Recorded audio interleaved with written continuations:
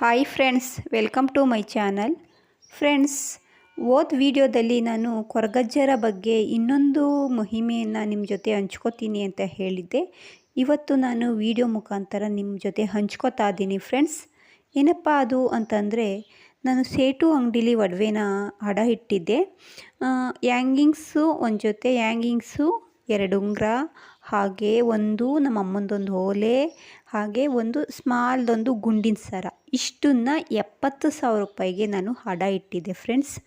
ನೋಡಿ, ನಾನು ಯಾವಾಗಲೂ ಮೈಸೂರಲ್ಲಿರೋ ಕೊರಗಜ್ಜ ದೇವಸ್ಥಾನಕ್ಕೆ ಅಂದರೆ ಯಾವಾಗಲೂ ಏನಲ್ಲ, ಆವಾಗ ಅಂದರೆ ಸ್ವಲ್ಪ ನಮ್ಮ ನನ್ನ ಮಗನಿಗೆ ಪ್ರಾಬ್ಲಮ್ ಆದಾಗ ಹೋಗ್ತಾ ಇದ್ದೆ. ಆಮೇಲೆ ಈ ಒಡವೆಗಳೆಲ್ಲ ಅಡ ಇಟ್ಟಿದ್ದಂತಹ ರಸೀತಿ ಇತ್ತಲ್ಲ, ಆ ಸ್ಲಿಪ್ಪು ನನ್ನ ಹತ್ರ ಕಳೆದೋಗಿತ್ತು. ಅದನ್ನು ಹುಡುಕಿದ್ದೀನಿ ಫ್ರೆಂಡ್ಸ್. ಎಷ್ಟು ಹುಡುಕಿದ್ದೀನಿ ಅಂದರೆ ಬೀರೆಲ್ಲನೂ ಹುಡುಕಿದ್ದೀನಿ, ಒಳಗಡೆ ಕಬೋರ್ಡ್ ಹುಡುಕಿದ್ದೀನಿ, ಒಂದೊಂದು ಸೀರೆ ಒಂದೊಂದು ಡ್ರೆಸ್ನೂ ತೆಗೆದು ಹುಡುಕಿ ಮತ್ತೆ ಜೋಡಿಸಿಟ್ಟಿದ್ದೀನಿ.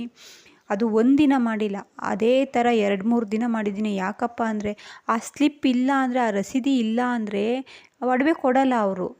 ನಾವು 70,000 ರೂಪಾಯಿಗೆ ಇಟ್ಟಿದ್ದೀವಿ, ಅದು ಲಕ್ಷದ ಚಿಲ್ಲರೆ ಆಗುತ್ತೆ ಆ ಒಡವೆಗಳೆಲ್ಲ. ಆ ಒಡವೆ ಕಳ್ಕೊಬೇಕಾಗುತ್ತಲ್ಲ ಅಂತ ಒಂದಿನ ಎಲ್ಲ ಕುತ್ಕೊಂಡು ಗೊಳೋ ಅಂತ ಹತ್ಬಿಟ್ಟೆ ಫ್ರೆಂಡ್ಸ್. ಆವಾಗಲೂ ನನಗೆ ಈ ದಡ್ಡಿಗೆ ಆವಾಗ್ಲೂ ಕೊರಗಜ್ಜವ್ರಿಗೆ ಎಲ್ಲಡ್ಕೆ ಚಕ್ಕುಲಿ ಇಟ್ಟು ಹರಿಸ್ಕೋಬೇಕು ಅಂತ ಅನಿಸೇ ಇಲ್ಲ. ಆಮೇಲೆ ಸ್ವಲ್ಪ ದಿನ ಆದಮೇಲೆ ಅಯ್ಯೋ ಏನು ಮಾಡೋದು, ಅದೇ ಒಂದು ಮೈಂಡ್ ಸೆಟ್ಟಲ್ಲಿ ಅದೇ ಕೂತ್ಕೊಂಡ್ಬಿಡ್ತು. ಆಮೇಲೆ ಹಿಂಗೆ ನನ್ನ ಪರಿಚಯದವರೊಬ್ಬರು, ಅವರ ಸೊಸೆ ಪ್ರೆಗ್ನೆಂಟ್ ಆಗಿದ್ದರು. ಅವ್ರಿಗೆ ಮೊದಲನೇದು ಹೆಣ್ಮಗು ಇತ್ತು, 2ನೇದಕ್ಕೆ ಪ್ರೆಗ್ನೆಂಟ್ ಆಗಿದ್ದರು. ಅವರು ಹೀಗೆ ಮಾತಾಡ್ತಾ ನಾನಂದೆ, ಈ ಮೈಸೂರಲ್ಲಿ ಒಂದು ಕೊರಗಜ್ಜ ದೇವಸ್ಥಾನ ಐತೆ, ಅಲ್ಲಿಗೋಗಿ ಬೇಡ್ಕೊಂಡು ಬಂದರೆ ಗಂಡು ಮಗು ಆಗುತ್ತೆ, ಹೆಣ್ಮಗು ಬೇಕು ಅಂದರೆ ಹೆಣ್ಮಗು, ಗಂಡು ಮಗು ಬೇಕು ಅಂದರೆ ಗಂಡು ಮಗು ಆಗುತ್ತೆ ಅಂತ ಅಂದೆ. ಹೌದಾ, ಹಾಗಾದರೆ ನಾವು ಒಂದಿನ ಹೋಗೋಣ ನಡಿ, ನಮ್ಮನ್ನು ಕರ್ಕೊಂಡು ನಡಿ ಅಂತ ಅಂದರು. ಸರಿ ಆಯಿತು ಅಂದ್ಬಿಟ್ಟು ಒಂದಿನ ಕರ್ಕೊಂಡು ಹೋದೆ. ಅಲ್ಲಿಗೆ ಹೋದಾಗ ಅಂದರೆ ದೇವ್ರ ಮುಂದೆ, ಕೊರಗಜ್ಜೆಯವರ ಮುಂದೆ ಹೋದಾಗ ಫ್ಲಾಶ್ ಆಯಿತು ತಲೆ. ಆವಾಗ ಹಳೆ ಹರಕೆನ ತೀರಿಸ್ಬಿಟ್ಟು ಹೊಸ್ದಾಗಿ, ಅಜ್ಜಯ್ಯ ದಯವಿಟ್ಟು ನನಗೆ ಆ ಸ್ಲಿಪ್ ಸಿಕ್ಬಿಟ್ರೆ ನಿಮಗೆ ಮಲ್ಲಿಗೆ ಹೂವಿನ ಹಾರ ತಂದು ಕೊಡ್ತೀನಿ, ಹಾಗೆ ಒಂದು ಪ್ಯಾಕೆಟ್ ಉಪ್ಪಿನಕಾಯಿ ತಂದು ಕೊಡ್ತೀನಿ ಅಂತ ಹಸ್ಕೊಂಡು ಬಂದೆ ಫ್ರೆಂಡ್ಸ್. ಅಲ್ಲಿಂದ ಬಂದು ಮತ್ತೆ ನಾನು ಇನ್ನೊಂದು ಸಲ ಬೀರೆಲ್ಲ ಹುಡ್ಕಕ್ಕೆ ಹೋಗಿಲ್ಲ. ಯಾಕೆಂದರೆ ಅದೆಲ್ಲ ನನ್ನ ಕೈಲಿ ಮುಂಚೆನೇ ಆಗಲ್ಲ. ಅಂಥದ್ರಲ್ಲಿ ಬೀರೆಲ್ಲ ಆ ಬಟ್ಟೆ ಎಲ್ಲ ಮತ್ತೆ ಹುಡುಕಿ ಆ ಬಟ್ಟೆ ಎಲ್ಲ ಮತ್ತೆ ಜೋಡಿಸಿ ಇಡಬೇಕು ಅಂದರೆ ಇನ್ನೂ ಹಿಂಸೆ ಆಗಿಬಿಡುತ್ತೆ. ಅದಕ್ಕೋಸ್ಕರ ನಾನು ಮುಂಚೆನೇ ಆ ಥರ ಸಾಕಾದಂಗೆ ಆಗಿತ್ತಲ್ಲ, ಅದಕ್ಕೋಸ್ಕರನೂ ಹುಡ್ಕಕ್ಕೆ ಹೋಗಿಲ್ಲ.